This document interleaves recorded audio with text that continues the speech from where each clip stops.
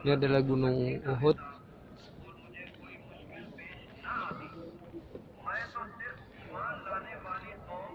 Di Gunung Uhud ini terjadi peperangan kedua di zaman Rasulullah SAW,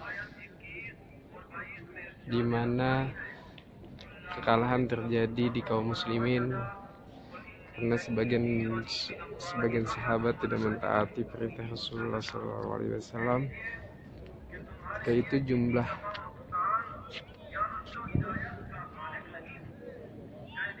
tentara muslimin jauh lebih sedikit dibandingkan dengan tentara Quraisy.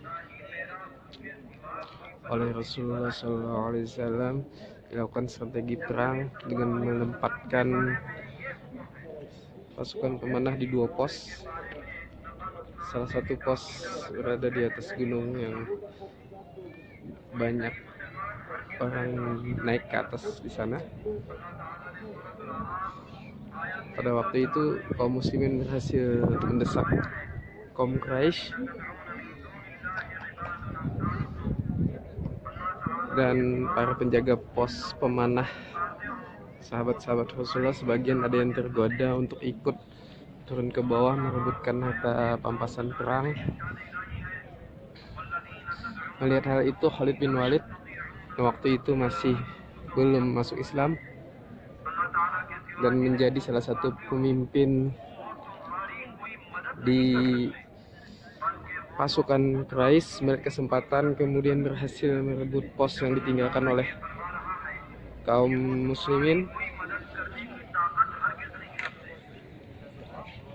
Pada pertempuran Uhud ini banyak sahabat yang menjadi syuhada, syahid. Salah satunya adalah paman Rasulullah, Sayyidina Hamzah, yang berjuluk Singa Allah, di mana Sayyidina Hamzah dibunuh oleh seorang budak Wahsy yang dijanjikan kebebasan apabila berhasil membunuh Sayyidina Hamzah. Kemudian Wahsy sendiri kemudian masuk Islam, dan juga budak ini menjadi pembunuh Musailamah Al-Kadzdzab yang merupakan nabi palsu di zaman Rasulullah. dengan Jabal Rumah yang tadi saya terangkan ya. Awalnya Sayyidina Khalid bin Walid sendiri masuk Islam dan menjadi panglima perang Rasulullah yang tak terkalahkan sampai lebih dari 100 pertempuran yang dipimpin oleh Khalid bin Walid dan menjadi salah satu panglima terbaik dalam sejarah yang pernah ada. Tadi sudah dipesankan oleh Rasulullah, kondisi apapun yang terjadi, kita mau menang atau kalah, tidak meninggalkan Jabal Rumat, tetapi para sahabat kemudian meninggalkan tadi untuk mengumpulkan بسبب المخالفة أمر النبي صلى الله عليه وسلم خالد بن الوليد كان مع المشركين للدفع من خلف الجبل. Karena para sahabat pada saat itu menyelisihi perintah Rasulullah SAW, kemudian Khalid bin Walid menyerang dari belakang sini. Nah, tadi muter tadi ya. فقتل باقي الرماة لم يبقى إلا عدد قليل فقتلهم ثم ذهب إلى الرسول صلى الله عليه وسلم. Nah, kemudian Khalid bin Walid bersama pasukannya membunuh para pasukan umat yang tersisa. Ya, dan orang ini yang pasukan umat juga yang tadi turun untuk mengumpulkan ghanimah. فذهبوا إلى الرسول صلى الله عليه وسلم. Dan kemudian pergi ke Rasulullah SAW. حاولوا قتل النبي عليه الصلاة Dan pada والسلام. saat itu dikejarlah pasukan muslimin, dan Rasulullah pun pada saat itu tidak terelakkan mendapatkan perlawanan dari musuh. شج رأسه عليه الصلاة والسلام. Rasulullah terluka kepalanya, kemudian beberapa giginya kemudian patah Rasulullah pada saat itu. وشيع أنه قتل عليه الصلاة والسلام. Dan kemudian disebarlah berita bahwa Rasulullah SAW wafat katanya. فالصحابة رضي الله عنهم دافعوا عن الرسول صلى الله عليه وسلم. Dan para sahabat berusaha karena melihat pada saat itu Rasulullah diserang, para sahabat kemudian mengelilingi Rasulullah, termasuk Abu Bakar pada saat itu. حتى استشهدوا أكثر من 70 شهيد. Jadi ada 70 para sahabat yang menjadi syahid ya. Menjadi, على رأسهم حمزة عم الرسول صلى الله عليه وسلم. nah, di antaranya adalah para sayyid syuhada yaitu Hamzah. ومصعب بن عمير حامل لواء المسلمين. Dan Mus'ab bin Umair yang pada saat itu membawa liwa. Tahu liwa? Benderanya Rasulullah sallallahu alaihi wasallam. وعبد الله بن جبير قائد الرماة. Dan begitu juga Abdullah bin Zubair yang merupakan pemimpin وليس زبير. Jubair. عبد الله بن جبير. Ayo, Abdullah bin Jubair. وحنظلة غسيل الملائكة.